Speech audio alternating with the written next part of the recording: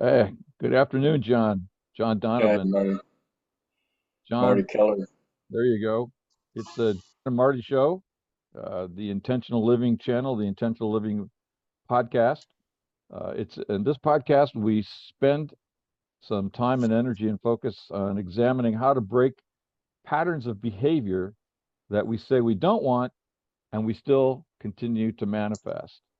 What is going on in my head and soul when my behavior and my conscious thoughts just don't line up? What's going on and what can we do about that?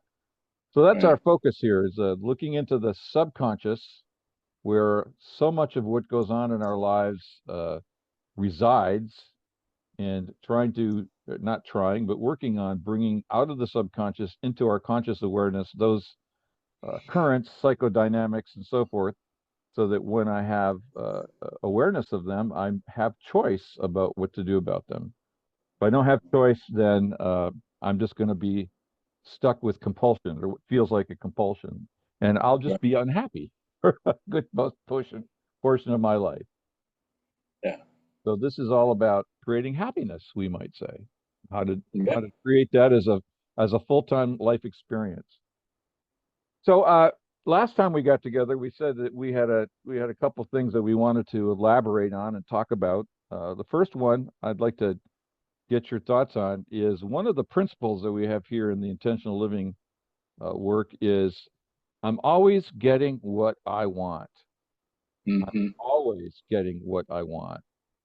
And Right. that word always often stymies people, at least when they first encounter this work.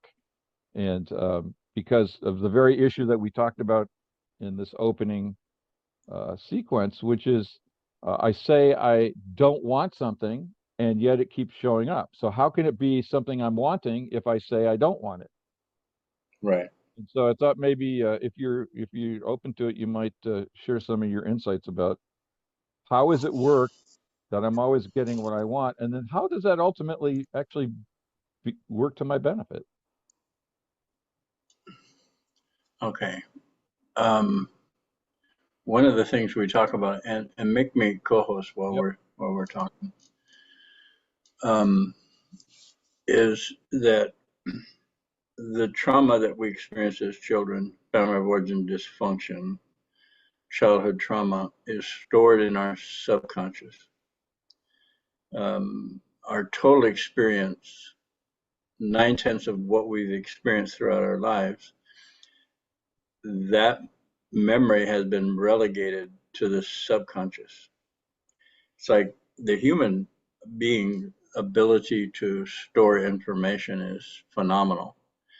Um, I watched this YouTube thing where they hypnotized a bricklayer, and the bricklayer could, in a hypnotic state, remember every brick, the detail about every brick he laid, and he was a master mason.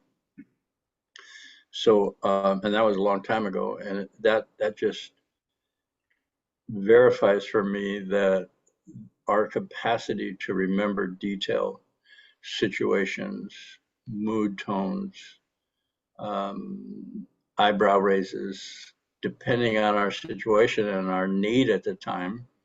As children, our need is paramount that our guardians take care of us and feed us and nurture us.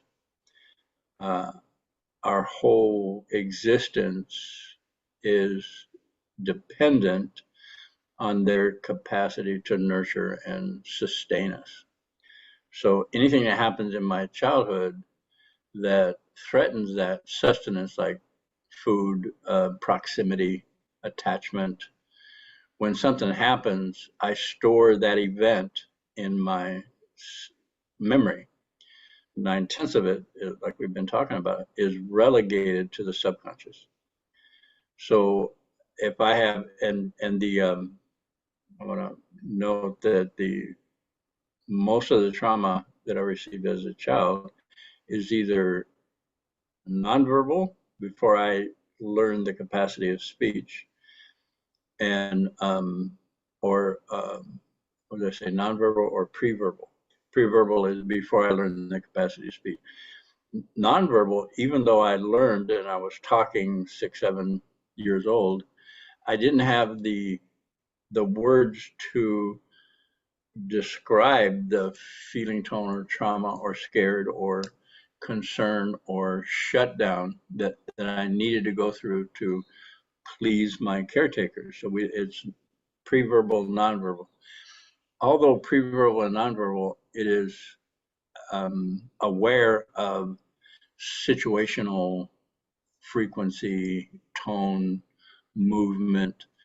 So one of the examples I give is I'm sitting in a group of people. I'm my age now, actually, I'm going to say when I was 45, and somebody rolls their eyes, and then I want to leave, or I get anxious, or I get um, I want to say angry, but the anger I'm talking about is unresolved trauma, which is some type of violence toward that person, like questioning them, accusing them of doing something.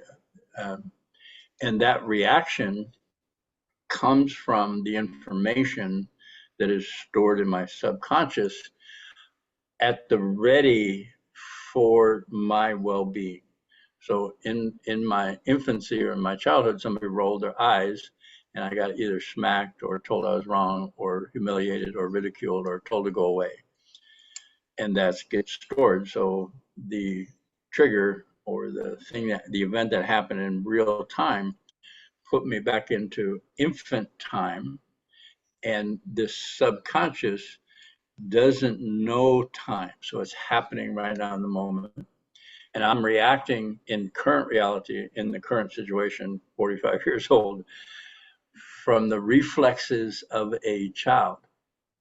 Now, it comes out of my mature body and it looks like I'm doing that real time.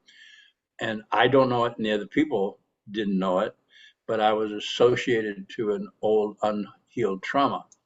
So my reaction was either to hit it or leave it, use some type of violence toward, or feel what I would couch as anxiety or panic or discomfort and want to leave the place, walk out the door, slam the door. That reaction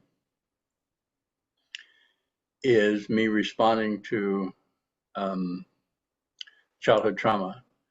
So I say I don't want anxiety. Okay. I don't want to be anxious. I don't like having social anxiety. I want to be present and calm. So what I want is to be present and calm. The behavior exhibits anxiety and frustration and actions that aren't in alignment with the current reality. So we say, our statement is, we're always getting what we want. Well, from my childhood experience, what I want is relief. So the only way I can find that relief is to react to that in the way I was reacting, either attack or leave. So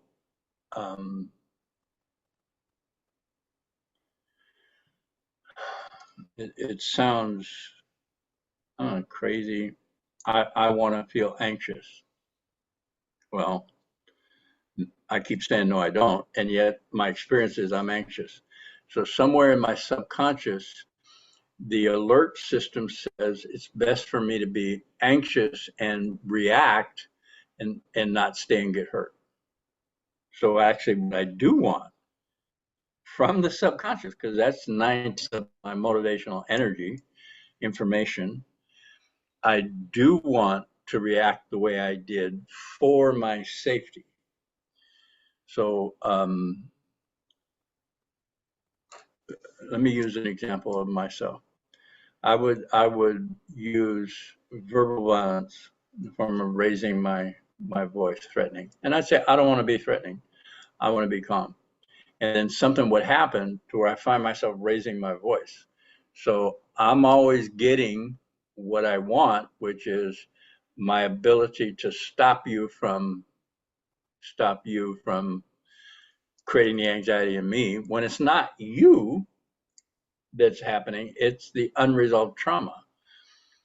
So I'm always getting people in my life that are irritating, agitating, or otherwise annoying. That's what I need to, it's my normal. It's my normal. We're going to talk next time about, I don't know, I think it's everything happens for me, not to me. I'm not sure, but I'm going to stop here and and see. nothing's wrong. Nothing. Oh, nothing's wrong. Yeah, nothing's wrong. So thanks for that. So one of the ways that I conceptualize that, and I hadn't thought about this way until I heard what you just said. So to go back Yeah, to that situation, the eye roll that you were using, yeah, what I want in that moment, what my unresolved traumatized child wants is to feel safe. yes, But, and here's the key to understanding this, the only way I know how to feel safe is to generate this anxiety. So I'm on alert. yep, I'm yep, I'm I'm ready to run, or maybe I actually do run. So mm-hmm, so we say I'm always getting what I want. The the energetic response or the emotional response is the only way I knew as a child to get what I wanted because I couldn't say it right, pre-verbal, or I didn't have the words for it nonverbal. So all I had right, was the emotional response. Now here I am 40 odd years later, somebody rolls his eyes and I feel that. For me, I always feel it in my upper gut. For good, me, that anxiety feels like a fist pushing up against my solar plexus. mm-hmm, And I can feel that impulse to either strike or get out. right, And there's probably adrenaline involved and other hormonal secretions going on yeah, that create this sense. yep, And it's probably what I felt 40 odd years earlier, the very first time I felt threatened by that gesture.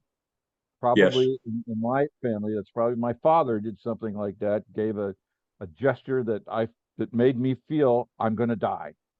right, And the yep, only thing I can do is to find some way to defend myself yep, as an emotional response. exactly. So, so does that And make either, sense? That so what I really want, what I'm wanting is to feel safe, but the only way I know how to feel safe is to generate this anxiety. correct. And one of the other concepts and bits of information I got from the 12-step program, Adult Trauma Alcoholics, is the laundry list traits. And one of them, number 8, is addicted to excitement. Another one is seeing criticism as a threat. So I could see that rolling the eyes as some type of unspoken criticism. I saw that as a threat, and my reaction response, and yet it instigates an adrenaline surge because adrenaline is that defense place. We can't go into defense unless we have some type of adrenaline or um, physiology, physical need to defend. So that means that the adrenaline is pumping. The 12-step group offered to me that we recreate our family of origin body chemistry for the purpose of survival, because we didn't have any words, we didn't have a concept of what was going on, we just had the reaction. So it recreates family of origin body chemistry. So my survival needs, pre-verbal, nonverbal, are to have access to this adrenaline so I can fight, flight, freeze, please. And that's what we call reactive place. One of the concepts of doing recovery in the first place is moving from reaction to a proactive action instead of reacting. And all these things that I did in the rolling of the eyes or social anxiety were reactive, which means I was recreating that physical chemistry in my body that I needed back then to either shut down or mine was shut down. Fight, flight, or freeze, or please. One of the new additions is the fawning, pleasing. Oh, I'm sorry, I didn't mean to do this. Did I do something that bothers you? I take it on as my fault. And those are all reactive places. And the fawning has adrenaline as much as fight, flight, freeze has adrenaline. I remember being in situations in my adult life where something, an event would happen, somebody would gesture or do something, and I would go blank. I just froze. My whole body froze. I didn't know. I didn't have any words. I couldn't move. This is an enlightening situation.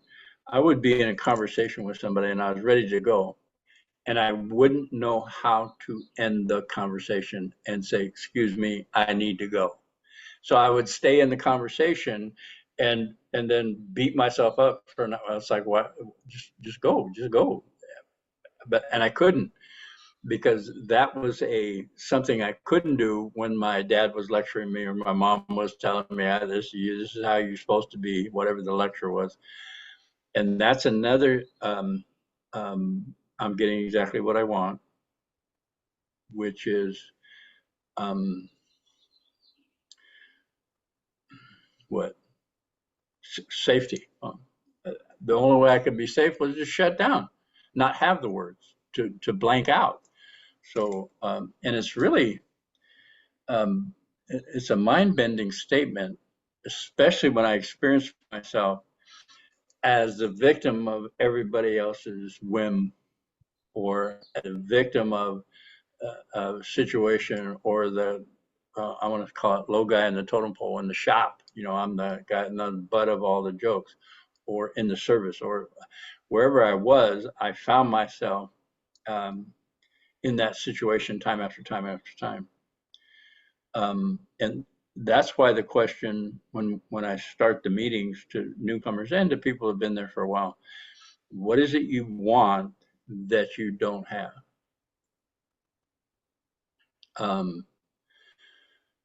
Which starts the process of understanding that I can ask for something different than what I experience. Like when I first got into recovery, I didn't know that I could ask questions, or that I could ask for something different than what I had. I just had to figure out how to fix this or that, them. And that was my goal, is to fix them or fix myself, be better, be good.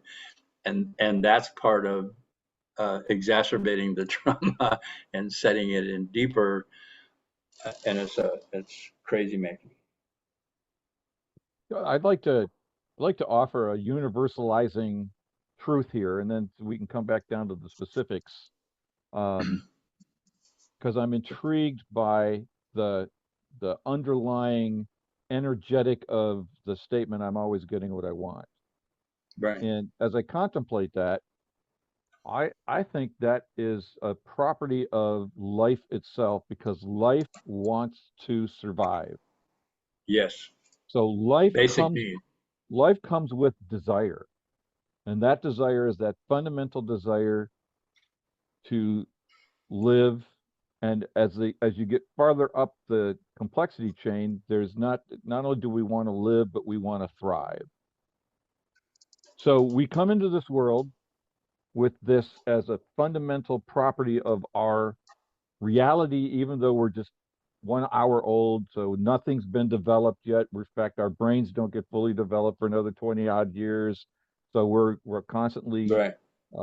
going through these developmental experiences. We become acculturated in our family of origin. We have these experiences along a spectrum of trauma as well as pleasure and so forth.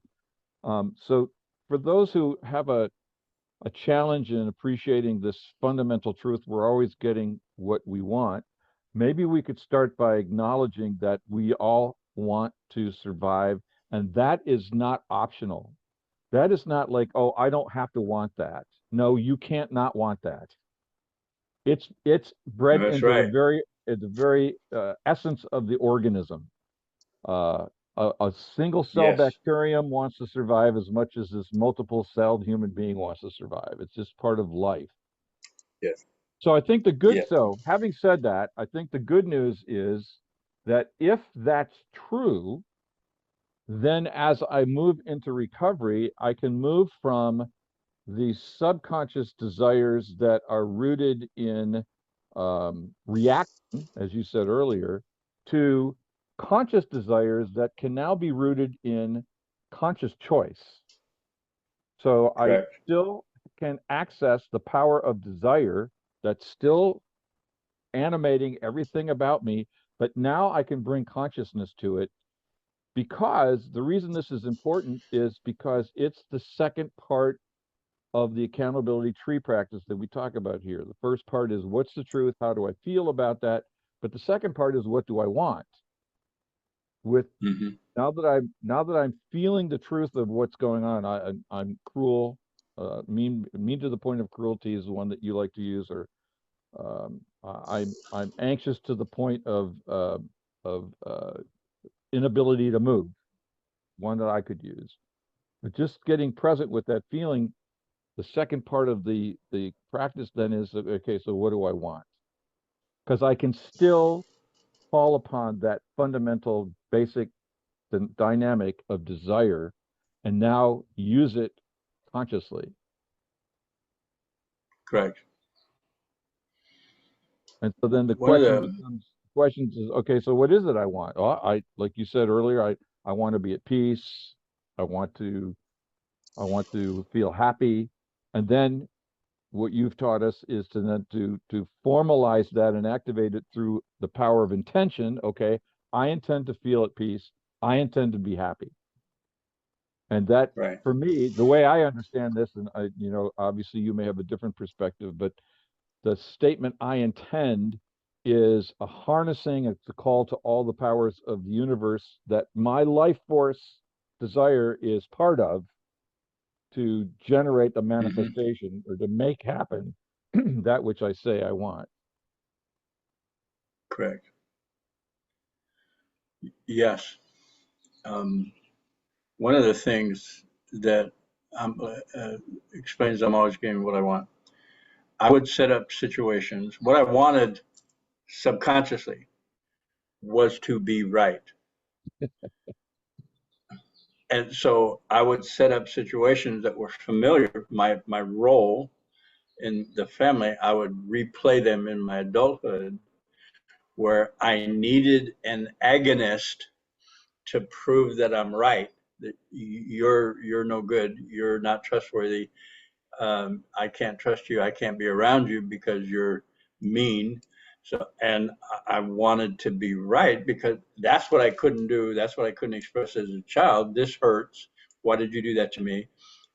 And then I brought that into my adulthood, and all of my posturing was to be right. I remember somebody accused me of something. I wasn't even there. I knew that unequivocally that they were wrong, and yet I answered in a way that suggested to them that I was trying to lie to them, and I actually saw myself do it. Now, again, my underlying motivation was to prove myself right, that you're no good. I couldn't be with somebody who could simply handle that they were misguided. So I actually set it up to where they would continue to accuse me of doing it. So I could prove people are not trustworthy. They don't listen to what I say. They don't care about me. So that's what I was proving, that I was right. That's what I wanted, to be right, that you don't care about me. And all that was coming from my childhood, reasonably so, into my adulthood. And I recreated that whole scenario, which recreated the body chemistry. Um, and I had no idea. I had no idea that's what I wanted. Only it on a internal survival level, that's what I wanted, to be right.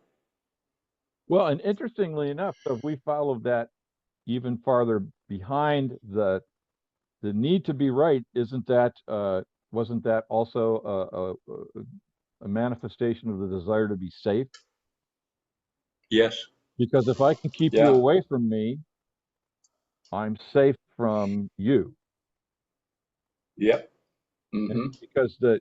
because the way I hear that in my own experience, I was addicted to the need to be right too. In fact, I still have that energy show up, if I'm honest. Uh, Yes, me too. Me too. uh, I'm sorry. yeah, but it's a way to keep people away from me. Mm-hmm. And so, Yep. what do I want? Well, again, if I'm reverting back to my unhealed trauma, I want to feel safe. That means I need to get this big, powerful adult out of my space to not hurt me. Yep. And as I Mm-hmm. grow up, so sometimes, like you were saying, I may even become aggressive to like almost consciously try to get you to back away from me, or Yes. certainly, Excellent. Yeah. certainly Possible. employ behaviors that are going to have that result. And then I get Mm-hmm. to be right because you ran away from me, so there's something wrong with you. Yep. Yep.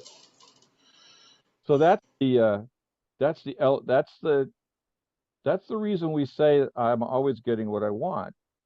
And the complication here, or the challenge is to see beyond the obvious, or to see beyond what's in front of our faces, to go deep into that subconscious, to try to trace that backward. And Yes. as you said at the beginning of the podcast, the marker of this is, um, this is especially for the newcomer. The marker is that I have a pattern of behaviors that produce results I say I don't want, and the pattern continues. And the pattern So continues. there's a disconnect between what I say I want and what's actually happening. So Right. once I can become aware that there's this gap, I can start looking into what's going on in my subconscious that Yep. is generating this pattern.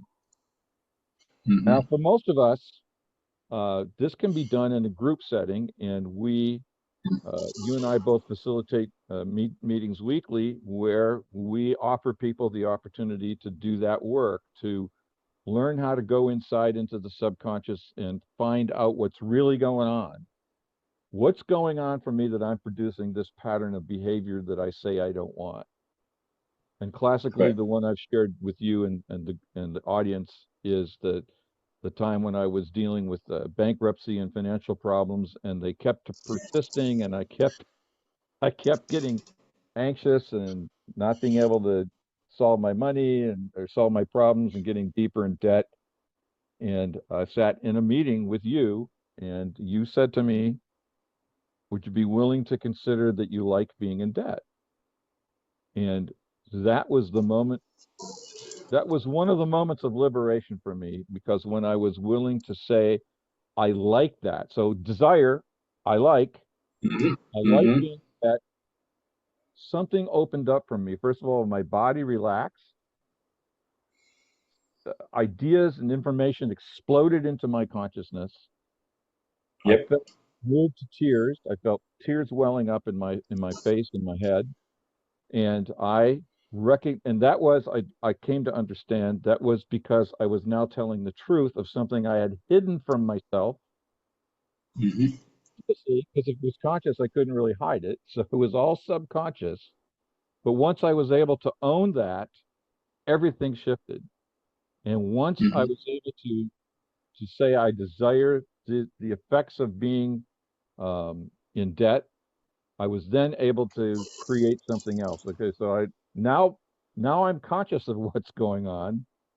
So I now can consciously create something new. But same power of desire that kept getting me deeper into debt against my Yep. conscious will now came to be my ally, to generate Yes. prosperity, to generate a sense of peace and safety financially.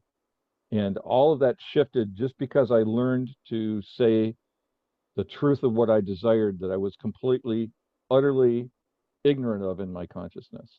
But the pattern of Correct. behavior Unaware. led me to the information. Yeah. So that's what we do in the Booyah. Booyah. That's what we do in our meetings. So I want to invite the newcomer to check out our meetings. We have 4 of them a week, and information on how to connect with them. They're all on Zoom. And if you're in Sacramento, the one on Monday night is also in person. So please feel free to join us, and you can ask questions or you can say nothing. One of the things that I loved about doing this work with you, John, from the very beginning was I didn't have any responsibility to please you or to make anything happen, even though I lived with that for a long time. What will John say if I say this? Till I learned that was my stuff. But it's completely acceptable to come to a meeting and say nothing, or to jump in the deep end and thrash about and ask See what questions and happens. see what happens. Yeah. Yeah. So before we wrap up today's podcast, I just see if you have any last thoughts about this principle. I'm always getting what I want. It's owning the reality of where I find myself. If I'm mean, and I say I don't want to be mean, in my subconscious, being mean keeps me safe, keeps people away, and I'm unaware of it. What I'm manifesting in the present moment has to come from me somehow, some way. My perception of it, my reality, my awareness comes from me. So if I find myself backing away from intimacy or using either emotional or verbal violence to communicate, which keeps people away, somehow, some way, that little guy wants safety, and the only way he knows how to create safety is um, keeping people at bay through threatening behavior. So, yeah. And up until I started this work, what I wanted was subconscious. I had no idea what I wanted. And I was always getting it because one of my 5 constants of relationship is focus, attention. If I don't have a conscious focus, my subconscious has a focus. And that subconscious unresolved trauma is safety. And you happen to be the person that makes me not safe. So I have to control that or abuse you so that you stay away from me. And okay, that's subconscious. It's amazing. The human being is an amazing Amazing, invention. amazing, amazing. Well, Yeah. as always, John, thank you so much for the conversation and sharing those insights. And I look forward to the next one. Okay, me too. Have a good one. Yes. Bye.